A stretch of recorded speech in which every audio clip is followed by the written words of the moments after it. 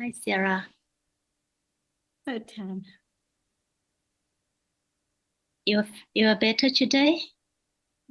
A little better, but I need to be careful at this time, so I'll speak as little as possible this evening. Yes, not quite a little better than yesterday's, but in the morning I was fine, but it's just at this time I start getting a cough and losing my voice. Yes, so I'll just keep fairly quiet. Good rest. Let's see. All by conditions. Hi, Hằng.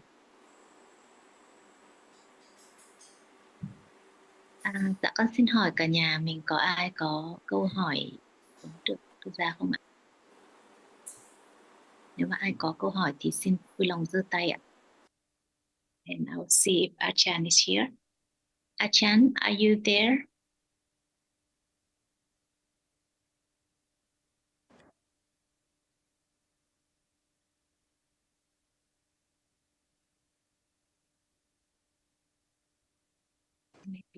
I'm here. Getting... สวัสดีค่ะ Can you hear me? สวัสดีค่ะท่านอาจารย์ สวัสดีครับท่านอาจารย์ สวัสดีครับ Yes, we can hear you. Good afternoon, everyone. Okay, let's see if anyone is having a question. Maybe not yet.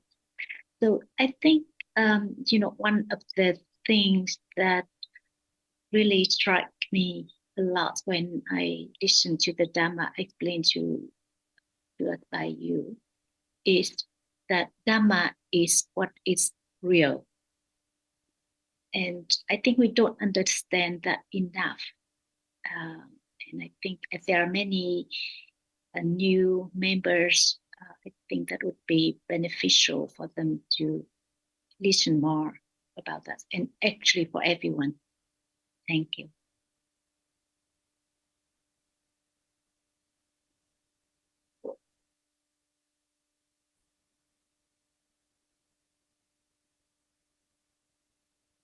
I'll just say a few words before Ajahn invited to speak.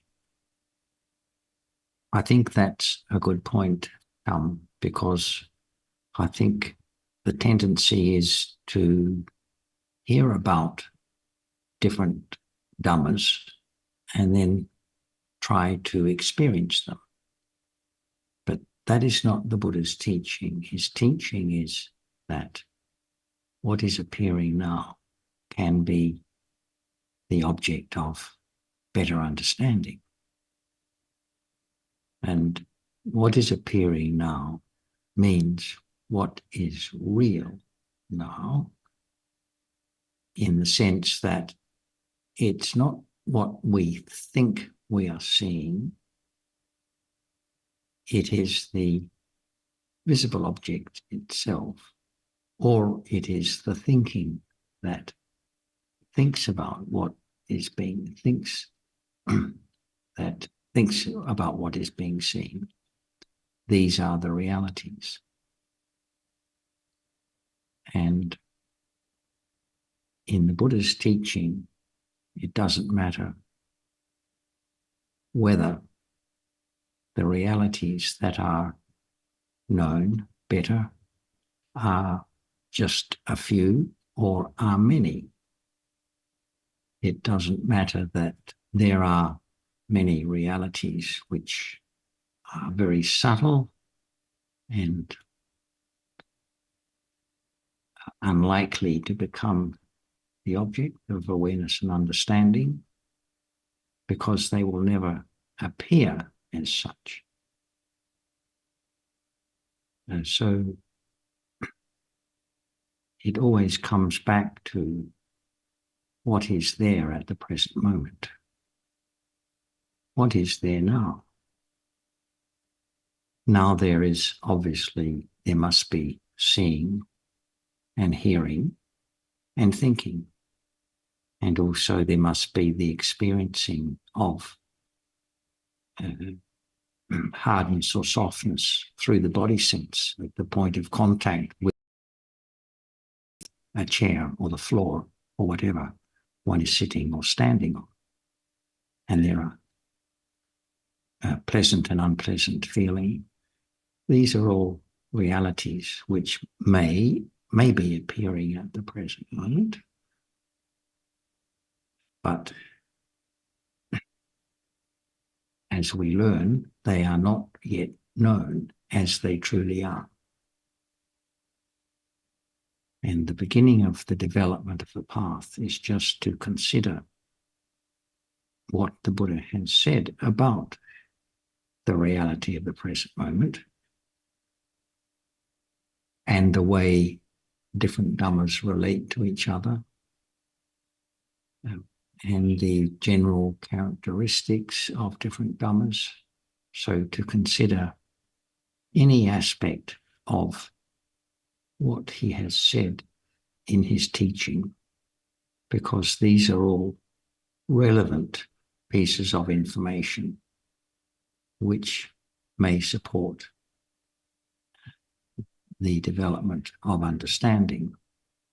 And that understanding, as we know, is itself a conditioned Dhamma. It cannot be made to arise, and we cannot create the conditions for its arising, or we cannot encourage its arising in any way. That also happens by conditions, but the important thing is to appreciate that what is to be the object of awareness and understanding is something that is there right now, and may appear. Not something that might be there, but in a subtle form that we need to go looking for. That is not the purpose for which we learn about the different realities. And it's only by hearing the Buddha's teaching and considering it again and again over a long period of time, discussing it, asking questions about it, that the realities themselves become more apparent, or the conditioned nature of this existence becomes a bit more apparent, slowly, gradually, over time.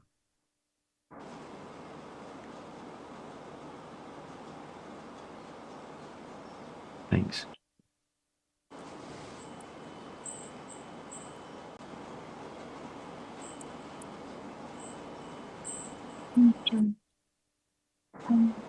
Achan, are you trying to speak? Because we just hear some background noise, but without your actual speaking. Okay. We don't need to say about the word like Buddha and the Buddha's teaching, but learn to think about the truth of what is there. Because in life there are seeing, hearing, smelling. So the time to find out what is the ultimate truth of this moment. Can there be any understanding of that which is there now? Because it's so real and it's there, ready to be studied.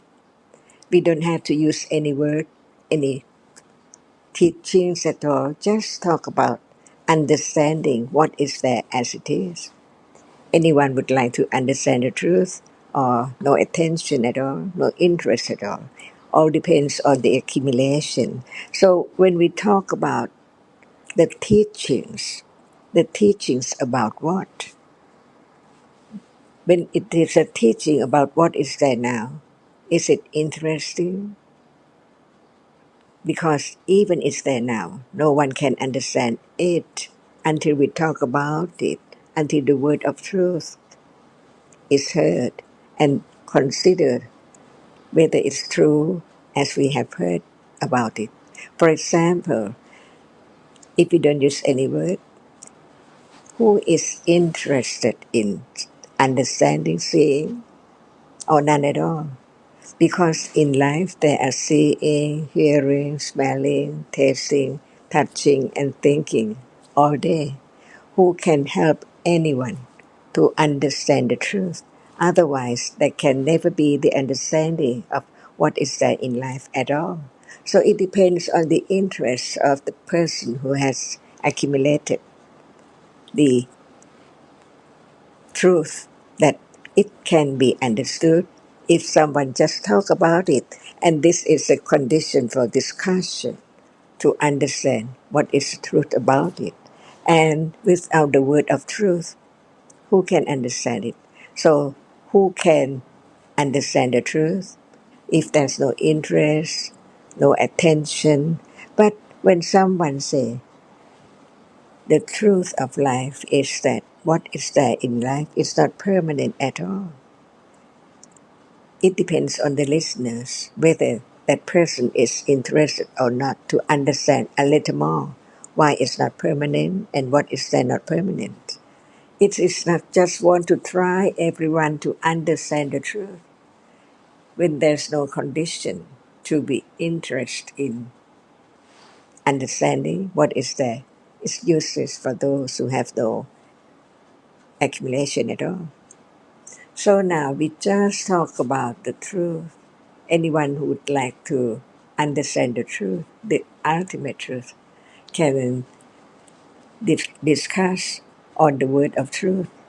And when there is the understanding of the truth, one begins to know who is the person who realizes the truth and who share the words of truth to whoever has condition to listen.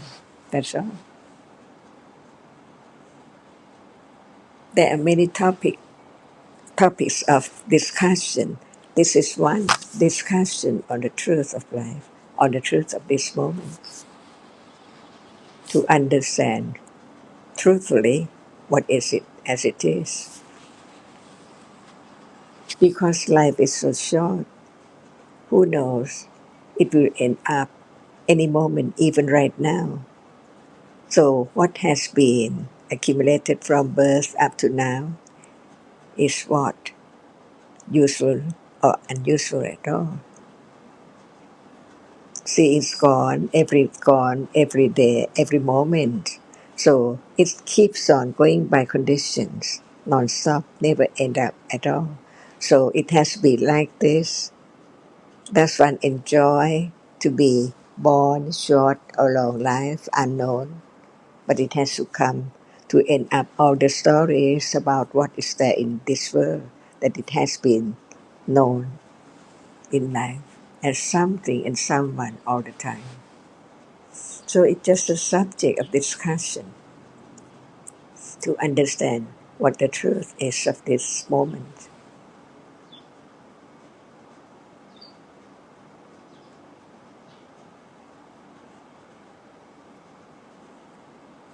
Is that what we are talking about each time of discussion? To have understanding of the truth, that it's so true, no one can change it, no one can keep it, because actually it's only the moment of seeing, hearing, arising and gone all the time. So where's anyone or anything learn more to understand the very subtle reality which appears not as it is at all, because it appears with ignorance. Even what is there now is not understood at all. When one is asked, what is there now? What's the answer? No understanding is there. And when there is some or little understanding, what is there? Depending on accumulation of understanding.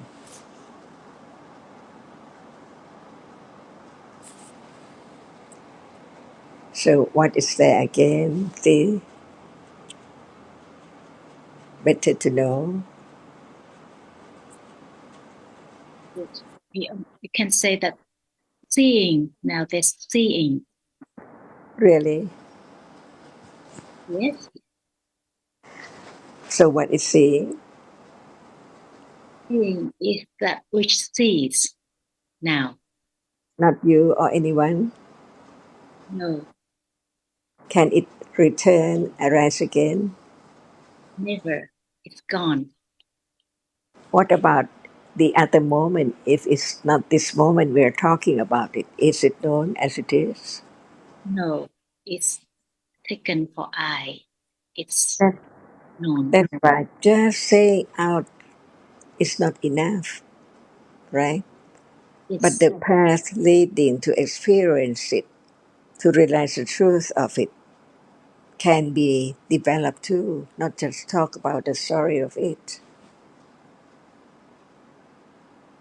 It's more interesting to know. And what is the path to realize the truth? That seeing is no one. It just arises to see and then gone, never to return. This is the word about it. But what about the moment of understanding the nature of that, which arises and experience the object? Not just seeing any moment in life. It must be a moment of that which arises and experiences what is there, whether it's known or unknown. No one there at all. And this is the idea about the truth. But that is not enough. Until any moment in life, it's there, known or remembered and thought about, even just the word, and then more than that, just directly understand the seeing as that which sees right now. Because the truth of it is that it is there arising to see and then gone. Can it be known? Can it be realized?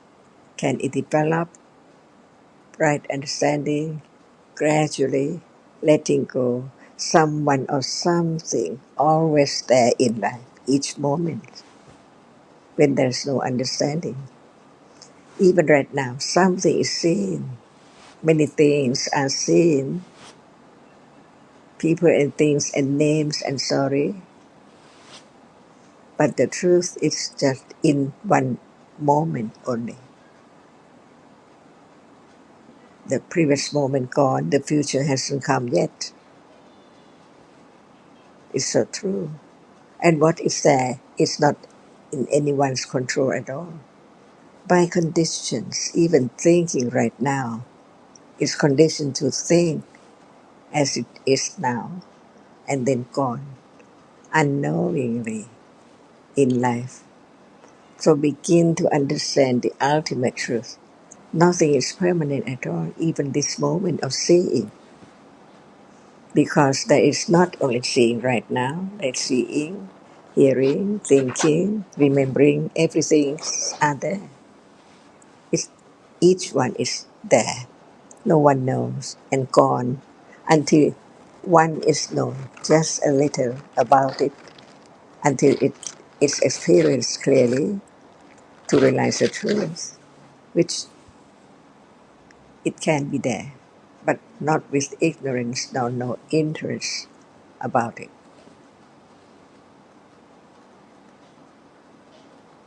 So it depends on the interest. It's there all the time. Yesterday gone, and today, each moment is yesterday. For tomorrow, each moment gone until tomorrow comes, and then no thought about today as yesterday at all, or I've forgotten. Just live without any understanding of the truth, and then leave this world to be in somewhere, not this world, or it can be this world, but not as this person anymore.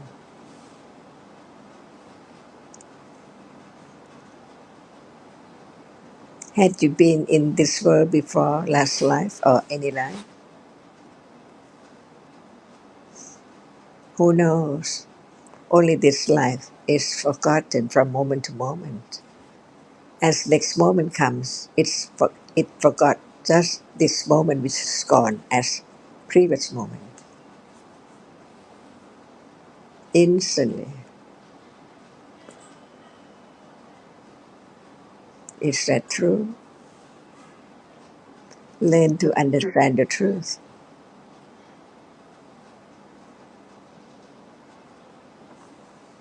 Ajahn, some new friends say that they are interested in understanding the Buddha teaching, but they find that all the talks about seeing and hearing are something very difficult for them to follow because it's not the usual way of talking.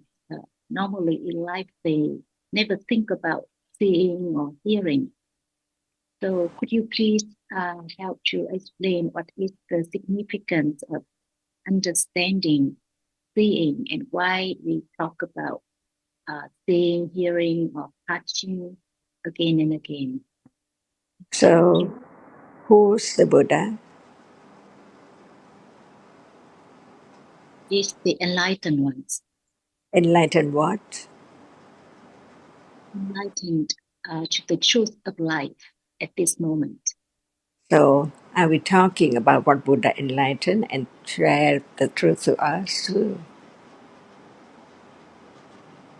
Right now, what we are talking is his words after his enlightenment,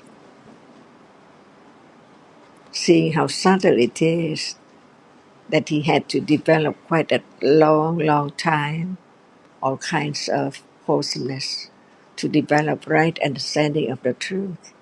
So how long will there be the understanding of the truth of that he had enlightened? In short, so soon, or it take quite a long time. Begin with Dhamma, see, this moment, see. If Buddha didn't understand the truth of each moment, how can there be the understanding of this moment and this moment and this moment from moment to moment?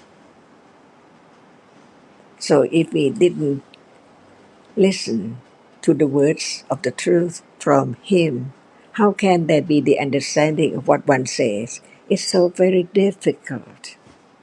Can someone make it easy? Otherwise, it's not the truth because it can change, can be changed. But no one can change the truth at all. That's why understand who's the Buddha, what are conditions for him to become the enlightened one of what is there, much more than we heard from him. We heard just some words that he taught for 45 years about what is there. Any moment it can be known. Consider the truth that he had enlightened and taught about. The understanding of what is there from hearing, considering carefully, wisely, and understand by oneself whether it's true or not. Not just believe that this is the word of this person or that person, but the truth cannot be changed. Begin to understand how subtle it is. If it's not subtle, no need to have Buddha to teach about the truth at all. So who's the Buddha? Did he realize the truth of seeing, of hearing, of thinking, of whatever is there in life each moment? So we learn from him, learn from his word, consider what is meant by Dhamma.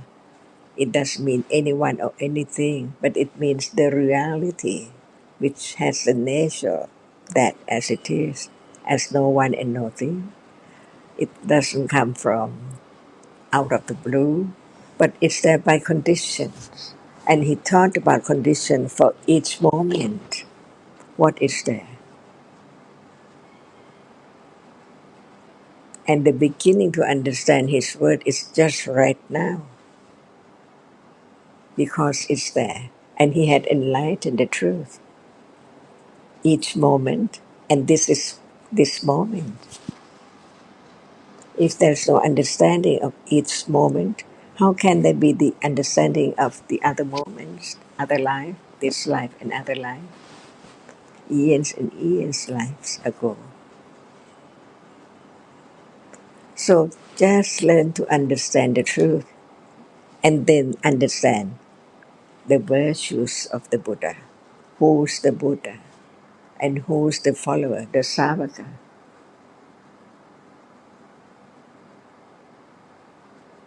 So when the question is, who am I? It is not by ego or conceit, but it's a moment to realize the truth. No understanding of what is there. Who am I? The moment of no understanding the truth of that which is there now. Is that right? Learn to understand the truth. What is there in life from birth to death? No understanding of the truth of what is there in a moment. Is that true? Learn to be truthful to the truth, to understand what did Buddha say about this moment. Is it true? Otherwise, one cannot know who's the Buddha, just the word Buddha. But why he's Buddha? Without right understanding of so very high understanding, so great, nothing is not known after his enlightenment. More than just this world, the truth of all Dhammas.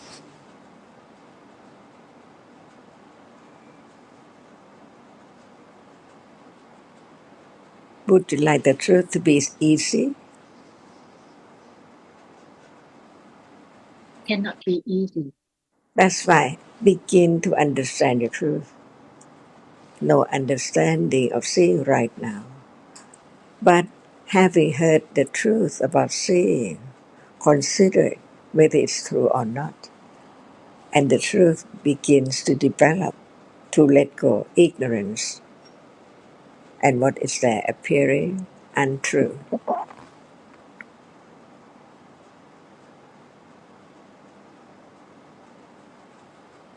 And Right. can I just add? Sorry, Yes, Ajahn, please go on. yes, please, Kunjata. Thank you, Ajahn. I would just mention also for the benefit of the questioner or the beginners who wonder about the emphasis or the mention of eye and seeing and visible object, that these are also mentioned specifically in the suttas.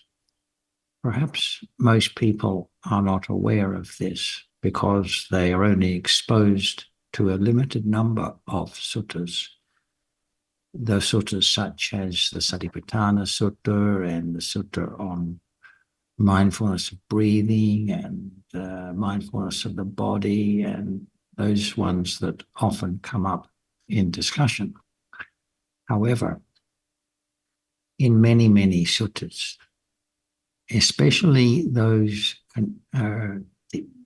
containing a teaching on the elements, dhatu, or suttas that contain the teaching on the sense bases, salayatana, there is specific mention of the eye base, seeing, visible object, the feeling that arises, conditioned by the contact of those things, and so on, and through the 5 sense bases and the mind base.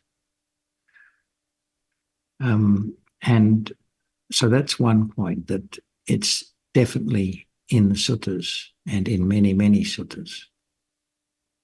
The other thing is that if we appreciate that the only thing that can be the object of understanding is what is present now and what appears. And so if one asks the question, well, what is there now?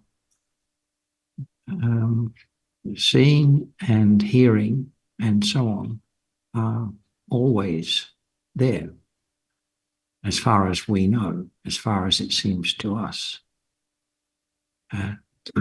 So it's not necessary to think of, for example, having more attention, paying attention to the mental state. Is it kusala or akusala, which is a big issue, I think, for most people. But it's what is appearing now and can be known, and what is real. And so that is the answer to why it is necessary to be reminded. Because without these reminders, we wouldn't think that we wouldn't think of visible object or sound as really being something that had to be the object of awareness and understanding. We would think there wasn't any relevance because we are thinking in terms of just having more kusala or more kusala and less akusala, perhaps. So it's very necessary to realize that it's what's there now that is to be known and understood. Sorry for interrupting you, John. Please continue.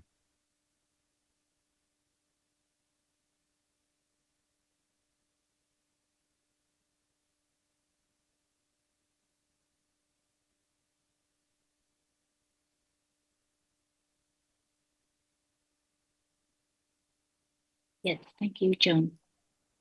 Yeah, I think for many people, the way the Buddha teaching is taught to them is that the Buddha taught about dana, sila, and meditation. So they think that, okay, learning about the Buddha's teaching is to trying to do good deeds like going to the temples and doing charities and so on, and trying not to harm, keeping the precept, and then when possible, doing some meditation practice. And what can you say to them so that there is a better understanding of what is the Buddha teaching and where dana and sila fit and bhavana fit into all that? Thank you. Well, of course, it's difficult when people have a fixed idea that they have learned from people who have a position of authority, like a monk, and they believe that that must be indeed what the Buddha's teaching is. So the way to help them understand what is the essence of the Buddha's teaching is going to be a long and difficult one. Of course, it may help to point out that dana and sila were known and practiced, if they want to use that term, but we wouldn't use it, before the Buddha's enlightenment. And that the essence of his teaching is about that enlightenment. And he didn't prescribe any particular level of mundane kusala as being necessary in order to begin the development of the understanding of present moment realities. There's no obstacle to that development beginning except the lack of understanding of what that development entails and what is to be the object of the development. So it's something that people will not find easy to accept in a single discussion.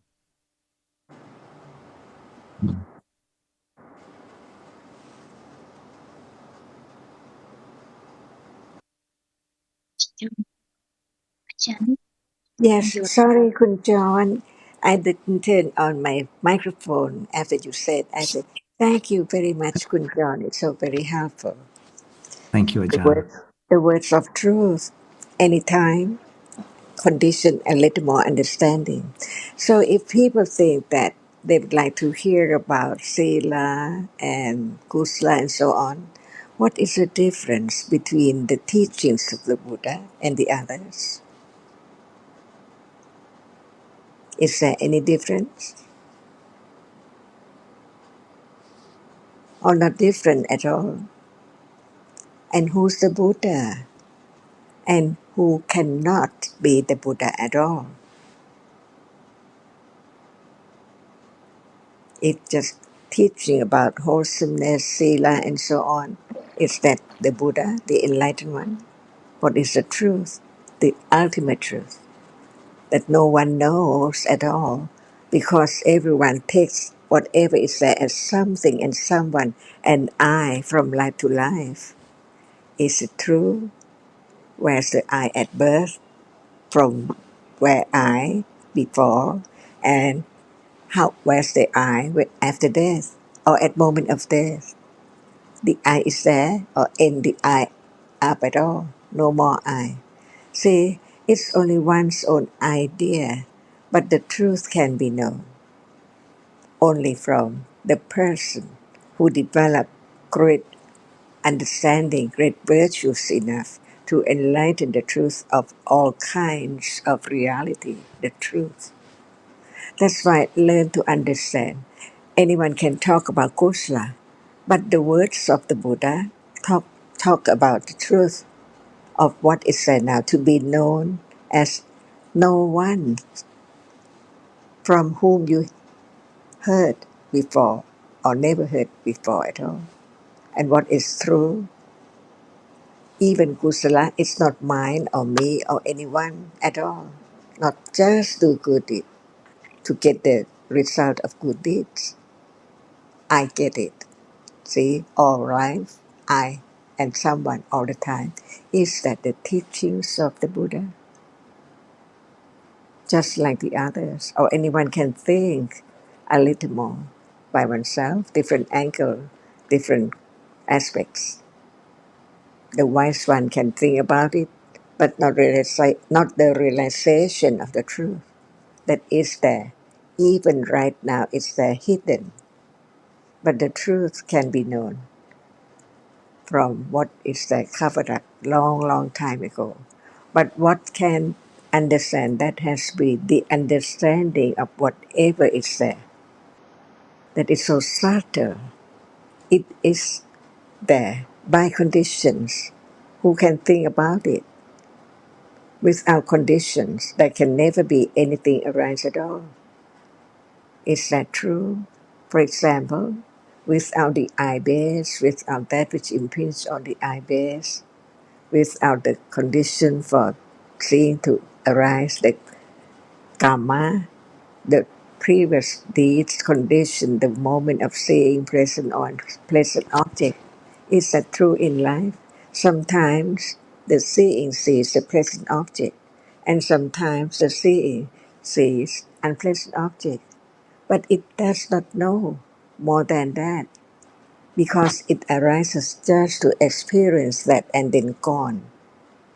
Each reality has its own characteristic.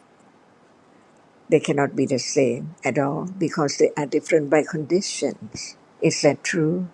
Just begin to understand the truth, not just the way it is kusala or akusala, but what is kusala and what is akusala and what condition the kusala and akusala. See, that can be understood gradually. That all depends on conditions.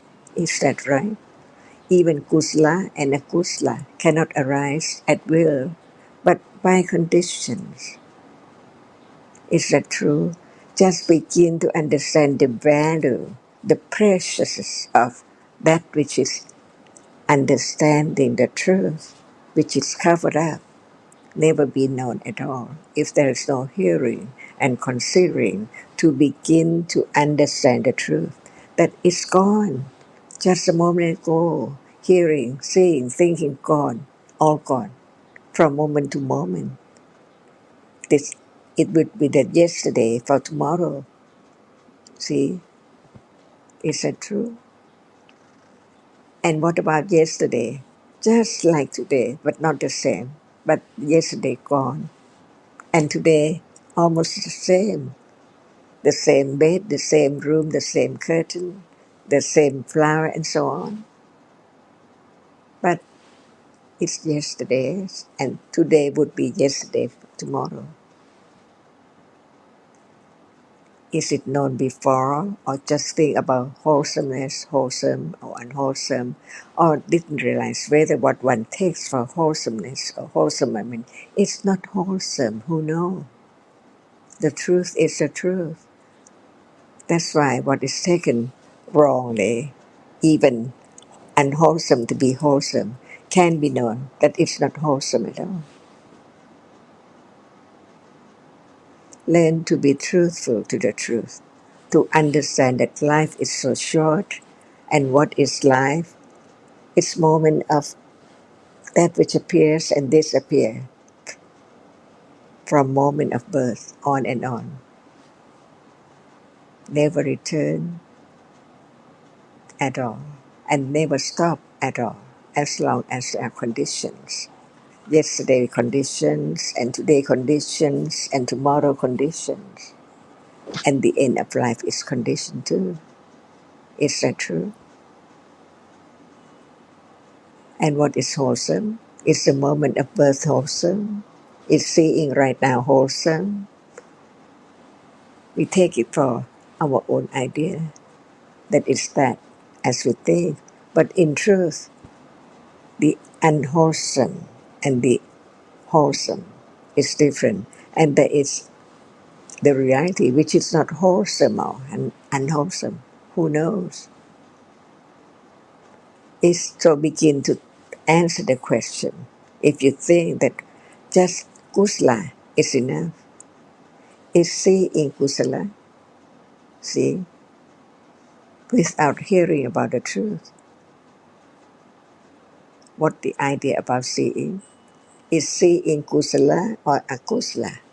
Never heard about kusala and akusala and that which is not kusala nor akusala at all. No way to answer, no thought about it, no understanding the truth. No matter how much one have done, very, very good wholesomeness, it's gone after there's no more thinking about it at all. How many moments of wholesomeness one has done and accumulated in life, from life to life, unknown. So even wholesomeness or unwholesomeness in life, after one's leave this world, no thought about it, no idea about it, no memory about it. Is it right?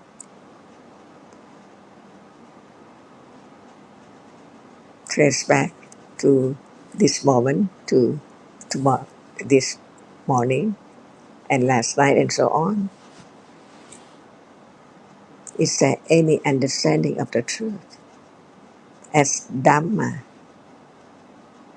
does anyone who didn't hear anything about the truth understand what Dhamma is? What is Dhamma? And who's the Buddha? And what's Dhamma?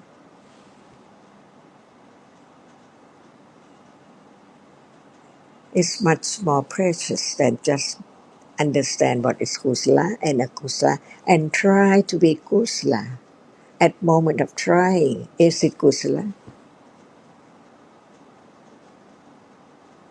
That's why we learn to understand the truth of this moment, the Dhamma, not anyone. Because seeing is conditioned to arise, to see and then gone. Is it someone or me or anyone? In truth, it's gone, never to arise again. Can it be I? because I is now. And what about I? Just a moment of seeing, gone. Otherwise, no need to listen to the words of Buddha, the enlightenment. Just wanting to be kusala, but can there be kusala at will?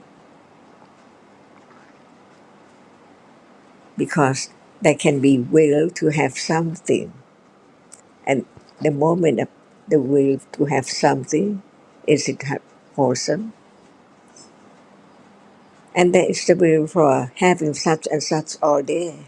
So is it kusala? If it's not, how come to have condition for kusala moment?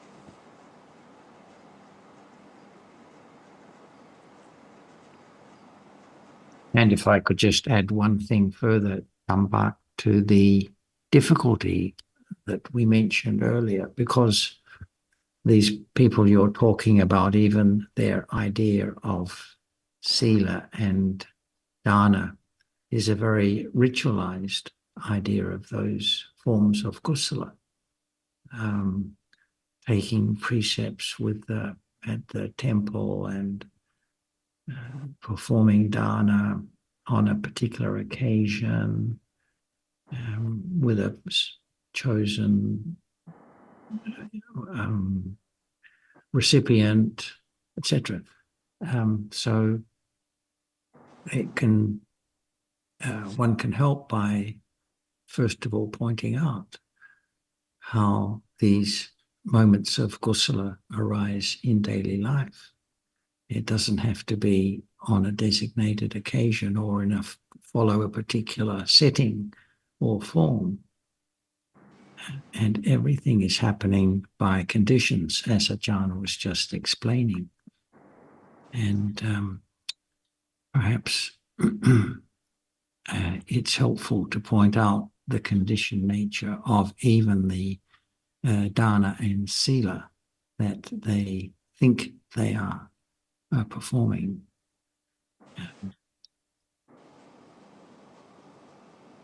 Yeah, thanks.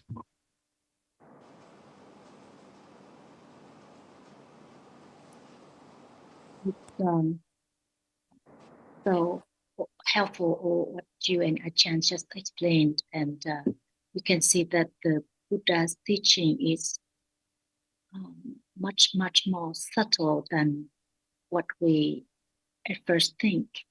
And once we start to having the opportunity to listen to what the Buddha taught, instead of just listening to what other things that what the Buddha taught, then we can see that how precious it is to have this understanding of Dhamma, because it really clarifies all other things like what is sila and what is dana and what is kusala and what is kusala, and it really clear up what is the path, and I think all that is so precious. And, yes, thank you.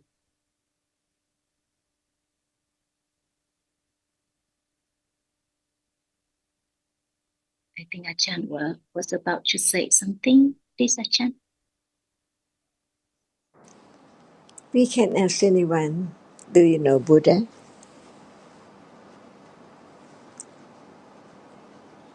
Yes, I think that's a question that many people, when asked, they suddenly cannot say anything at all, because without being asked that question, one thinks that one is following the Buddha's teaching, until one is asked, who's the Buddha and what is the Buddha was enlightened to? How can one know the Buddha? Or one just saying that he's the Buddha? So I respect. But does anyone know Buddha? What is Buddha? What is real Buddha?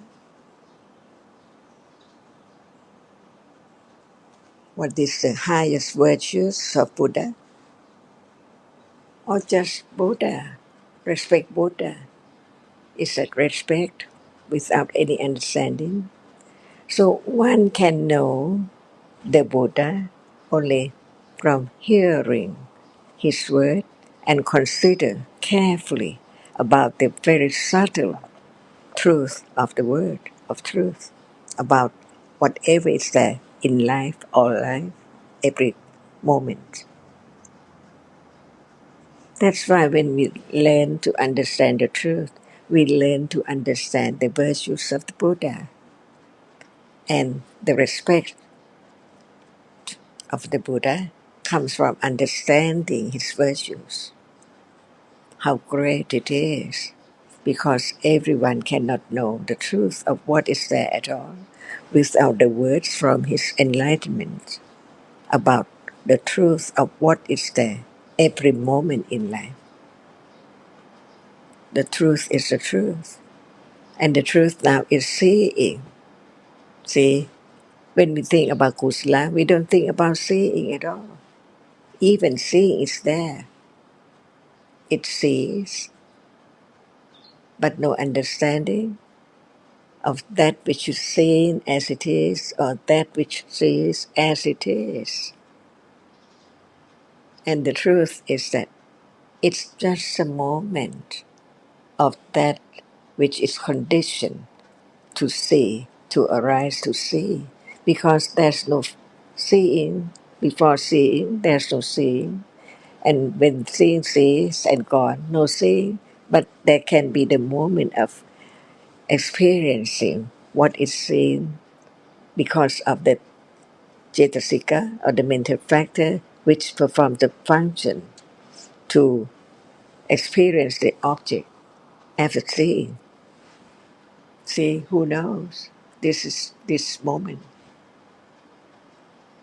To learn more, to understand more, to know more about the virtues of the Buddha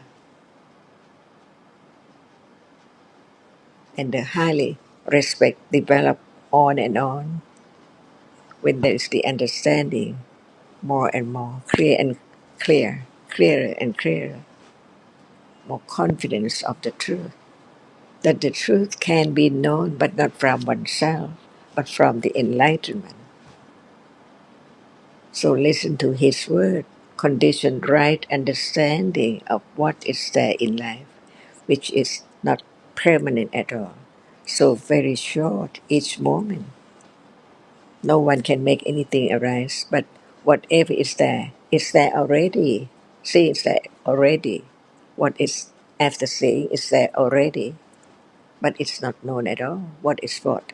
So learn to understand this moment so there can be the understanding of other moments more and more and more to let go ignorance and attachment and wrong understanding of I see, I hear.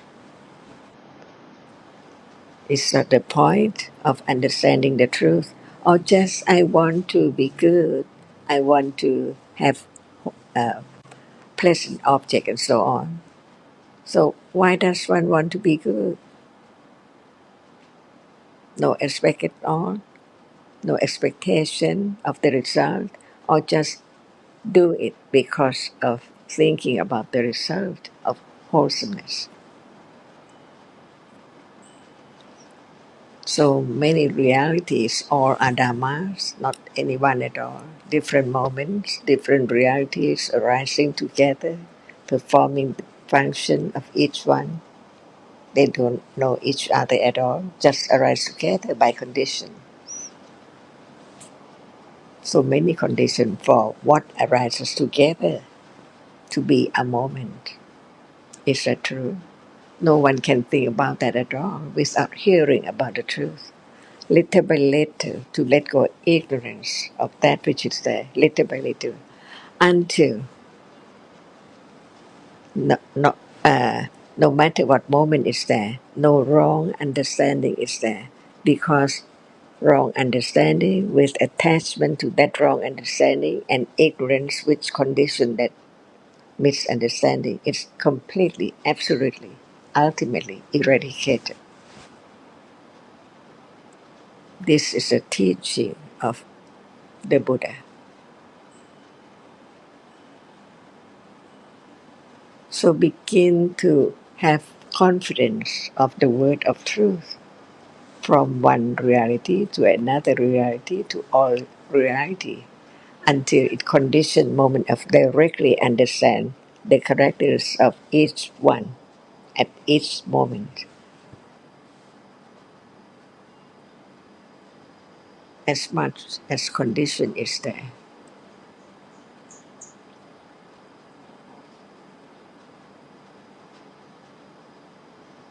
There's not just seeing right now, there's touching, maybe smelling, feeling, remembering, all are there. Is that true? None is known as not I, not anyone at all.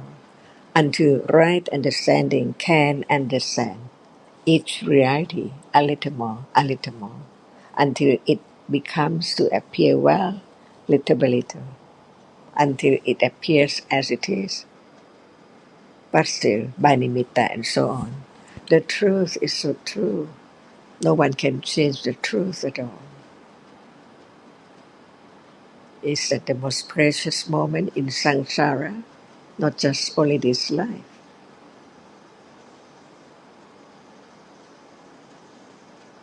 And, it's so great to listen to the truth. Before when I was new to what you explained about the Dhamma, I think that like many others, I was very excited about new understanding, and I wanted to understand more this and that and so on. But now I'm just so happy to listen to the same truth again and again, and really so precious.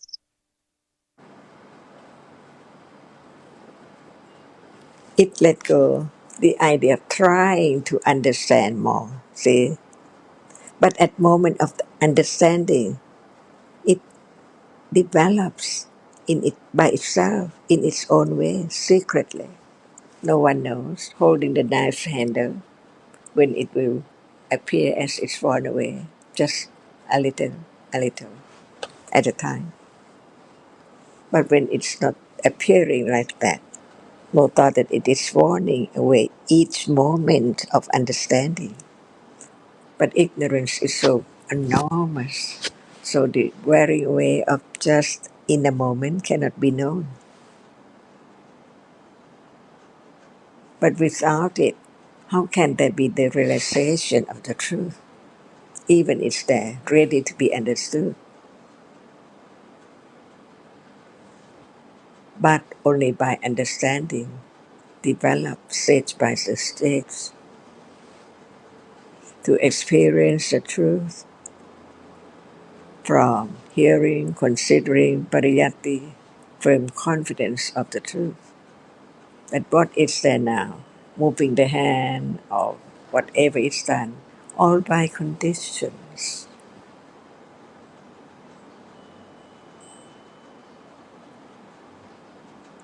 I will ask whether anyone is having a question.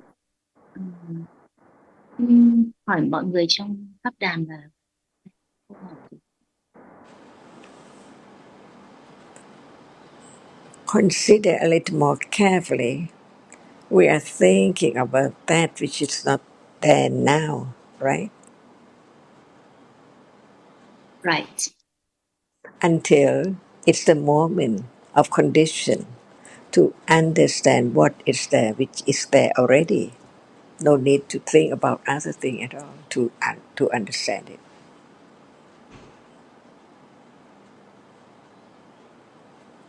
That's right. Learn to understand what is there.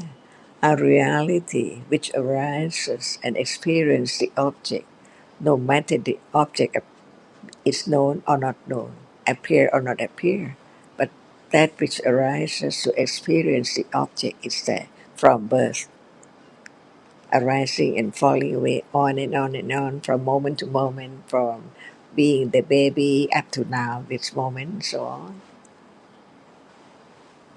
Nothing can be done.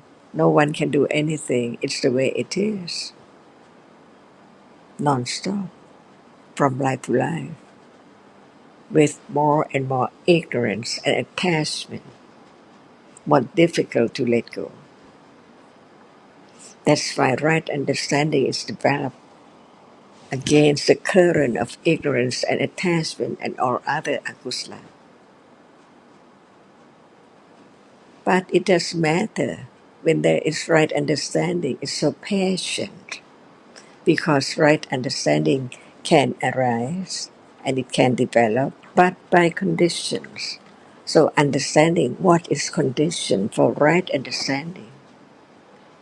Hearing the word, consider it, have a little more understanding, never enough, but keep on. By conditions again, all by conditions. So natural as usual, but begin to understand the difference between ignorance and understanding.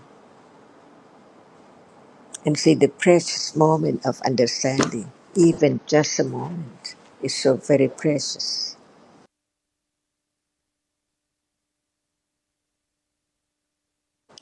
That is the way of the fourth noble truth, the path leading closer to understand that which is so very close, not far away. It's there, not outside the body.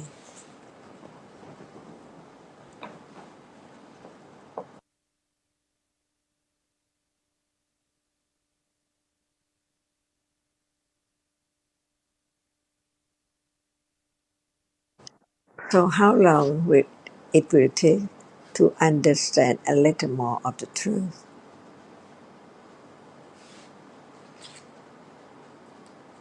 But viriya is there, passion is there, because understanding the precious of right understanding of what is there now, little by little.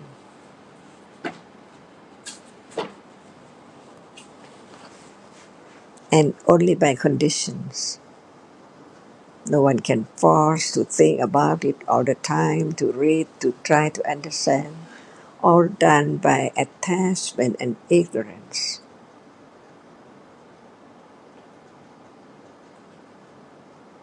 Live in a moment when there's no understanding in a corner in life.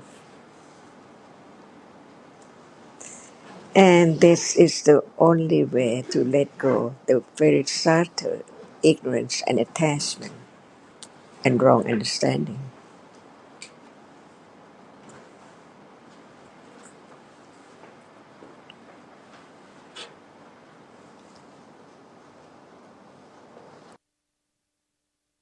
The other day, we listened to the discussion in Bangkok when were having the English discussion in Bangkok, and there was a discussion about Pitaka and Vichara, and many of us find that very interesting, but also not easy to follow, because of course we know that Pitaka is now, but it's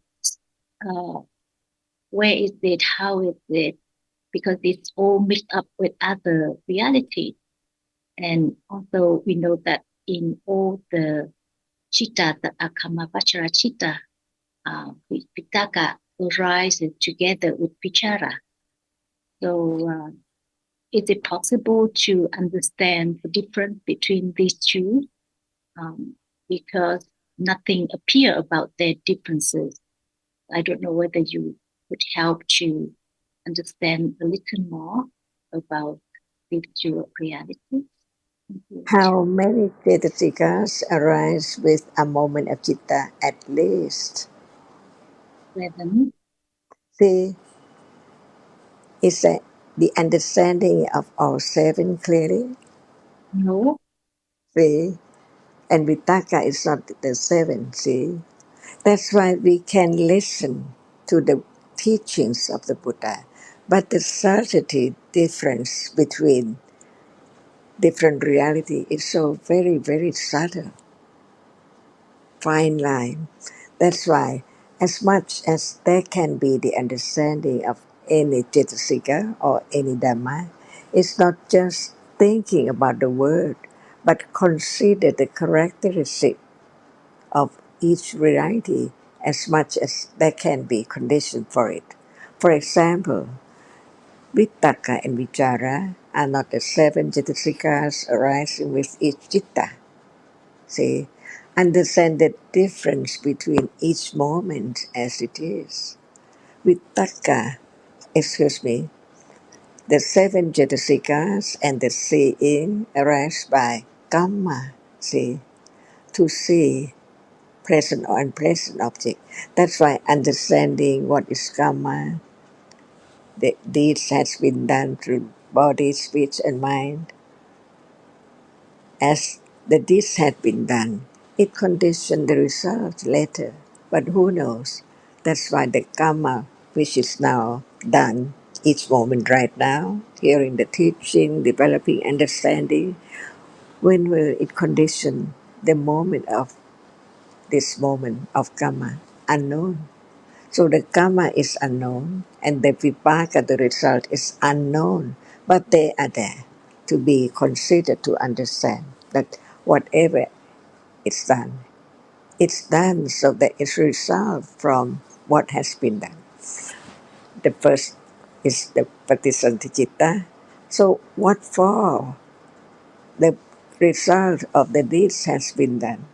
Just be born, it's not enough at all. To be born, it's not enough. But born to see, to hear, five sense door is the result of karma. And the moment when it's there is different from other moments by conditions. And that is the result of karma.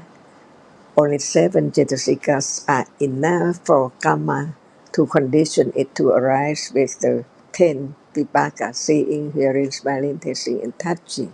But after that, it's not moment of seeing, but it is not enough for karma just to condition the moment of seeing, only one moment. The result is that more than that. The moment after seeing, because the seeing gone, nothing is there at all. It's gone. But it's not enough. There must be the vipaka which experience the same object as seeing sees, after seeing, right then. But it needs a cetasika to touch the object which is there but it's not seen, to be known for the other moment, to experience that object too.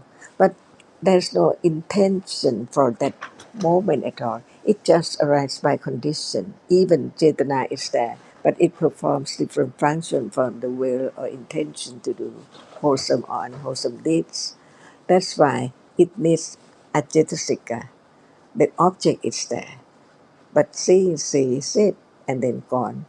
And the other vipaka, which is conditioned by the same karma of seeing that object is there, but it needs a cetasika to touch that object, to experience it, but not seeing it. See? So seeing just a moment which is there, different from other moment. Seeing, hearing, smelling, tasting, touching. Just experience the object, no more.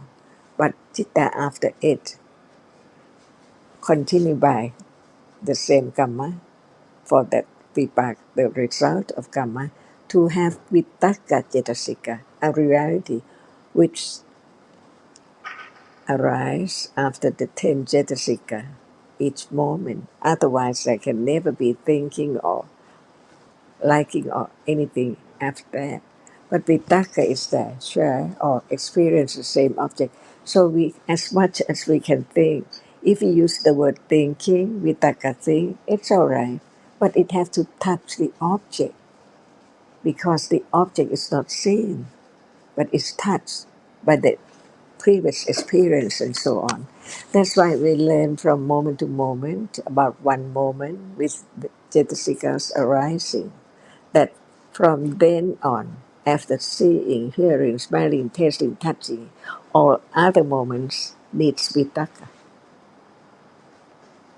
This is just the shorthand to understand the truth from the very beginning, and then more and more and more until there can be other moment with taka, different characteristic, which is not just arising with the seeing, because it touched the object of thinking as well. And the citta, which receive the object or experience the object after seeing, arise, experience that object. We use the word sampatichana, receiving, but in truth, it just experiences the same object by vitaka cetasika, touch that object. Can there be a little more understanding of vitaka? Not just only moment of thinking, because even the object of seeing is not seen, but it can touch the object, or we use the word think about the object.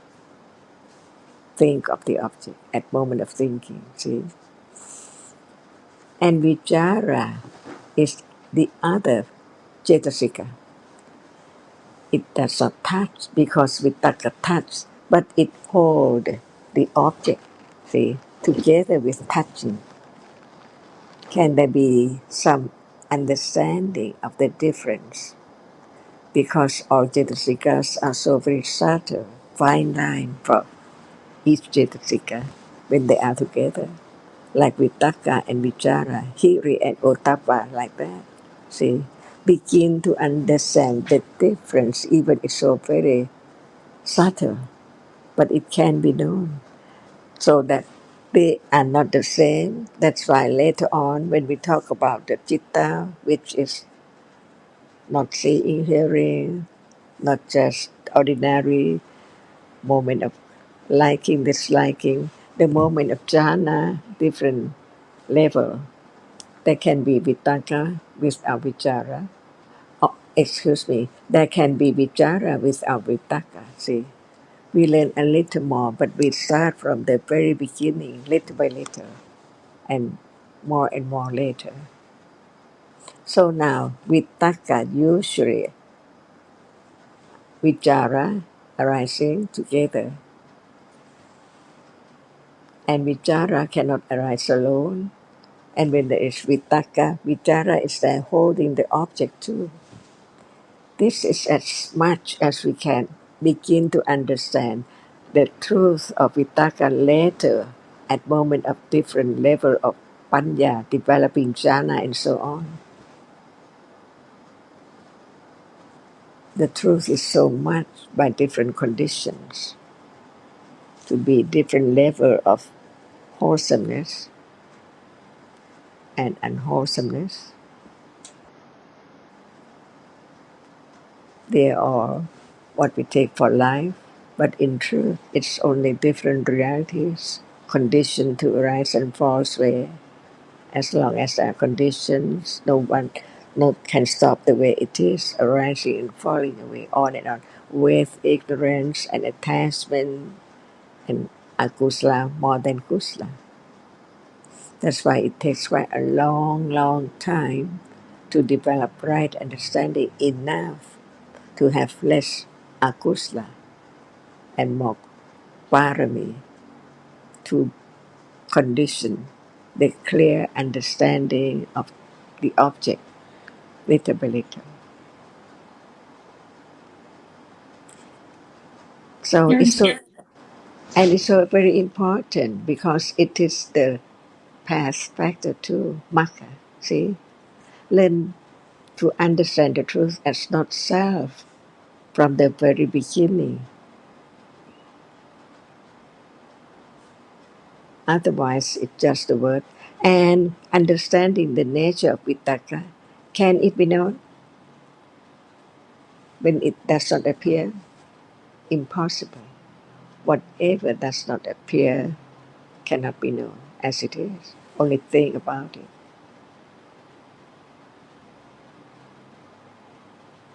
And thinking is vitaka, it's a vitaka which thinks. So we learn a little more, but begin to understand different moments. Seeing is there, different from other citta, only 7 jitasikas. So the other moment, which does not see, is conditioned by other cetasika, like vitaka, has to be there to experience the object, but not perform the function of seeing the object.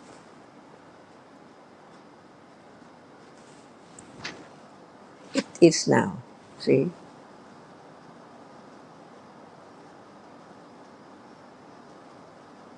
Learn to understand Dhammas little by little.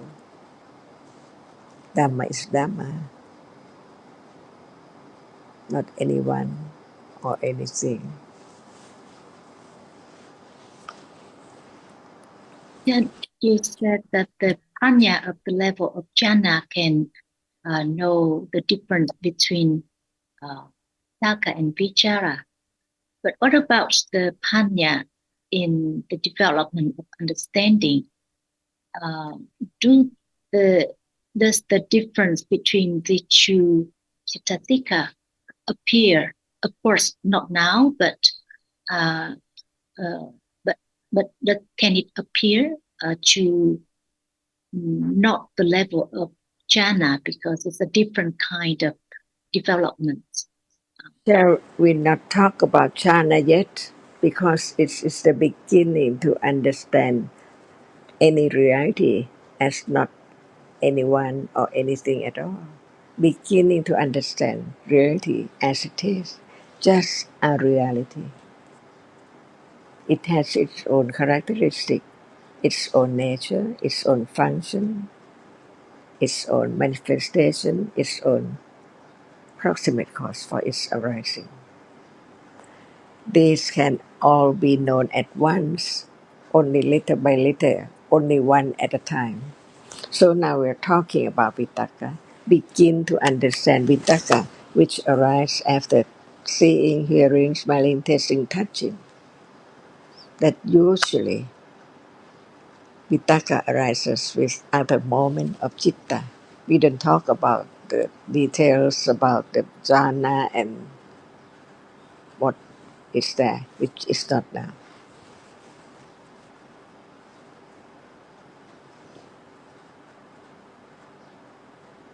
Vitaka arises with many different other cetasika. That's why vitaka is different because of the condition, the cetasikas, which arise together too. What about vitaka arising with akusala, and vitaka arising with kusala, and vitaka arising with panya as the path leading to understand the truth right now? Right understanding develops gradually, but it has to be firm and true. When taka does not appear, can it be known? Can it be realized? As it's with taka, no word about it. Even the reality which arises and experiences the object right now as seeing. See, is there any more or any understanding of seeing? When seeing does not appear, because this moment only the object which is seen appear, not the seeing. And why we did think about vitaka and vichara and on and on, even right now, even the seeing does not appear to be known. But we can consider the moment of hearing about seeing, that seeing is real. It's a reality, and it's not that which cannot experience the object, because the object is seen, but that seeing It's not known because it does not appear to be known yet. Even that which is seen without careful considering, how can it appear as just that which is seen, which is so true, the truth of it? But it does not appear as it is. It appears as something seen instantly, as soon as one opens one's eye up.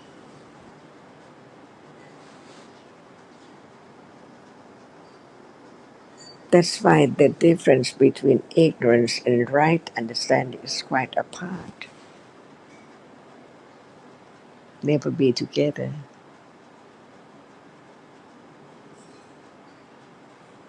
Right, I think there's one listener who had the question. I will let him ask his question. Phương Tuấn Phương có câu hỏi đúng không? Em có thể đặt câu hỏi đi.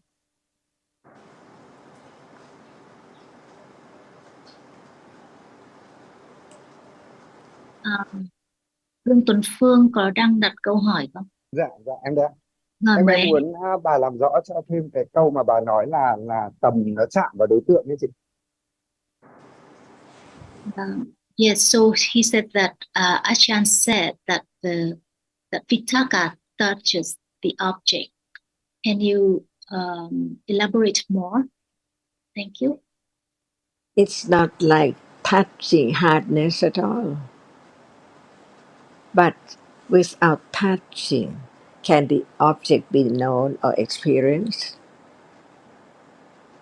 Because seven Jatasikas arise by Kamma to condition just a moment of seeing, but Kamma still condition the other moment as well.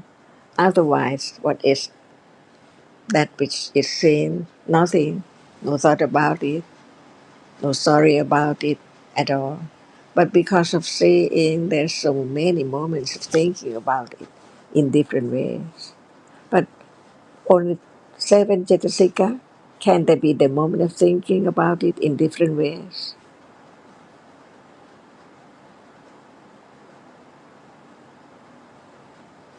That's why even different thinking or different moment of thinking, there must be other Cetasikas as well.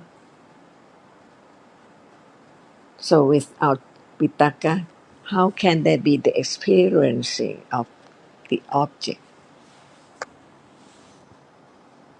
Even seeing is there so clear that it sees, but seven Cetasikas are there, condition the moment of seeing. So after seeing, it's the citta which does not perform the function of seeing, but it performs the function of experiencing after the seeing. So we use the word receiving, but in truth, Vitaka just touch the object to be known at that moment as Sampadichana. Just experience the same object, but Vitaka Cetasika is that touching it for Sampadichana to experience it.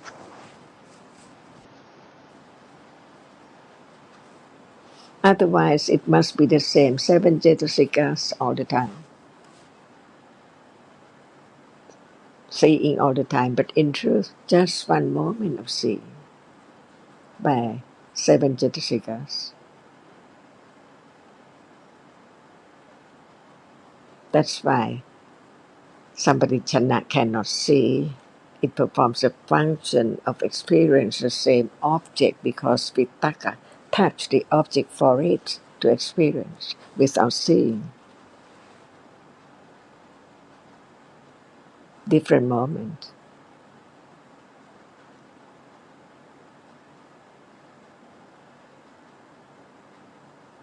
So who's the Buddha? Even the truth is heard, not yet experienced as it is, because it's so subtle and many degrees of different accumulation to experience different object with different level of understanding, as Buddha, Sariputta, Moggallana, and ordinary Arhata. not Mahasavaka.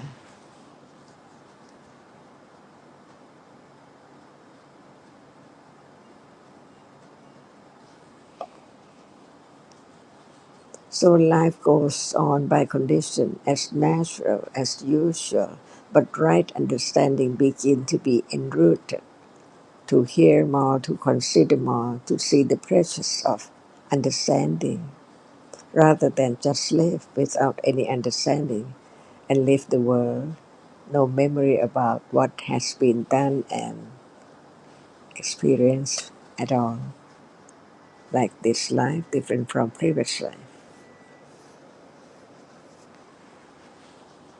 Today, even seeing, it seems like the same object, but in truth it's not at all, because of whatever arises falls away instantly, never to return.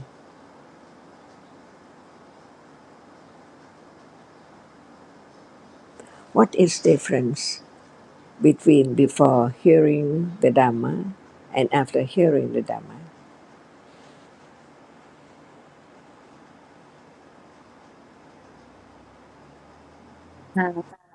Tuấn Phương có thể trả lời câu hỏi của bạn không? Dạ em không nghe rõ, cái câu đấy hơi nhỏ nhỏ. Câu Cái gì hỏi pháp hay không phải pháp ạ? tức là sự khác biệt giữa khi mà trước khi nghe pháp và sau khi nghe pháp là gì? Khác biệt khi nghe pháp và sau khi nghe pháp là có cái tư duy về về cái sự thật ạ.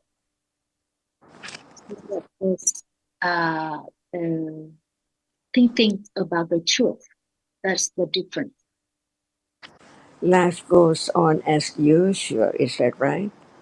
But there is moment of understanding, moment from moment, enrooted and developed by conditions.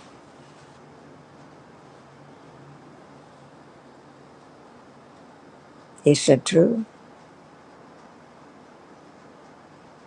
Dạ. Yes. So the difference Em is có thể hỏi thêm về cái đoạn tầm chạm vào đối tượng không chị ạ? so the difference is that a little more understanding and a little less ignorance. Only that, little by little. So parami is so very important with our kusala moments based on understanding the truth. There cannot be moment of hearing again, consider again, and a little more confidence of the truth from moment to moment of understanding. And understand a little more of the quality of the Buddha, the virtues of the Buddha, his great compassion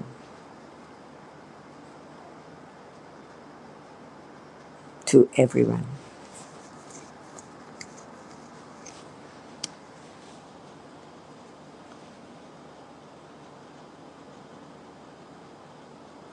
Em có muốn trả hỏi anh không? Dạ em muốn hỏi thêm về về cái tầm nó chạm vào đối tượng ấy. Thì khoảng khắc sau đấy thì nó vẫn có xúc, nó vẫn giúp tâm chạm vào đối tượng, thế nhưng mà có phải là tầm thì tại vì là lúc ở khoảng khắc sau đấy thì là tâm nó sinh khởi ở nơi ý căn, mà nó không phải sinh khởi nơi nhãn căn, thành ra là cần có tầm để nó áp tâm, hoặc là nó tìm kiếm đến cái đối tượng mà vừa được kinh nghiệm đấy không ạ? Khi dùng cái từ chạm vào thì em không hiểu lắm, nó lại hơi trùng lập với cảm xúc. Tôi chạm vào đấy vừa rồi trong cái phần chị Dạ. nhắc đến mà. Đấy trong cái phần của chị đấy thì em hiểu như cái em vừa nói, cái là tâm nó không, tại vì là ở khoảng khắc của cái thấy thì rõ ràng là tâm nó cũng ở đấy và đối tượng nó ở đấy nên nó không cần tầm. Thế nhưng mà ở khoảng khắc sau đấy thì tâm nó sinh khởi ở nơi ý căn, đúng không ạ? Thì nó cần có tầm để nó như chị biết chị chat ở Tức chị là đấy, nó áp chị tâm. chưa hiểu. Câu của em là muốn hiểu là bởi vì nó sinh ở nơi ý căn, hay là câu của em là sự khác biệt giữa nó với cả xúc? Cả hai đi chị. Tại vì là rõ ràng là bà dùng từ là nó chạm vào ấy thì nó lại hơi trùng với xúc thì em không hiểu nó có Thế liên thì bây quan giờ gì hỏi đến cái ý xúc đó không. đã nhá. Hỏi cái ý đó. Dạ cũng được ạ, không sao. Okay, he said that because when he hears the word touch the object, he relates it to contact. It's quite similar to what contact does. So how to differentiate between Pitaka touching the object and contact touching the object? What appears now?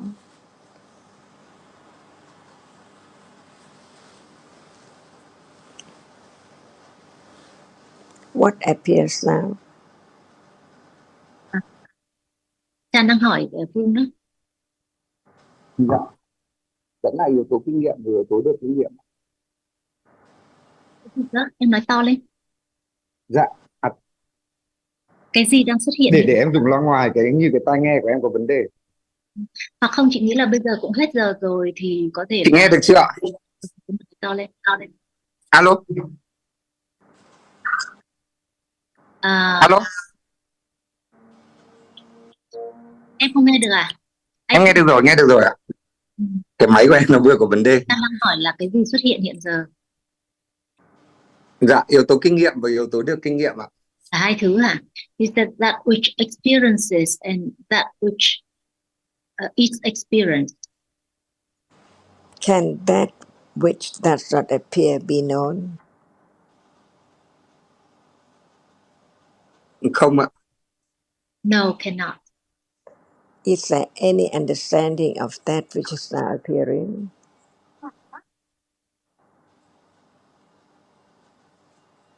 Dạ, một chút ạ. A little bit. Can it be realized because it's there appearing? Nó cần rất nhiều thời gian ạ.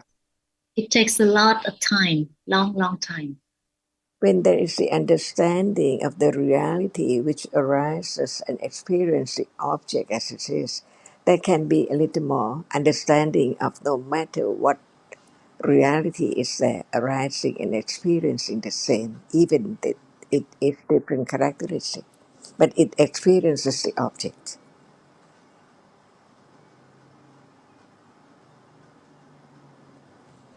Understanding the nature of that.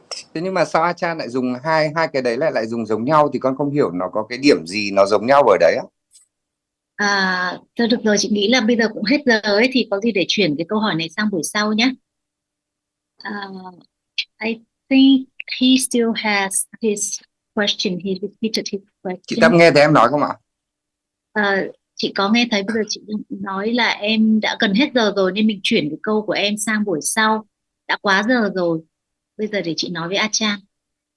So he repeated his question, but I can see that time is up now. So maybe we can continue with his question next week. Achan? Yes, สวัสดีค่ะ สวัสดี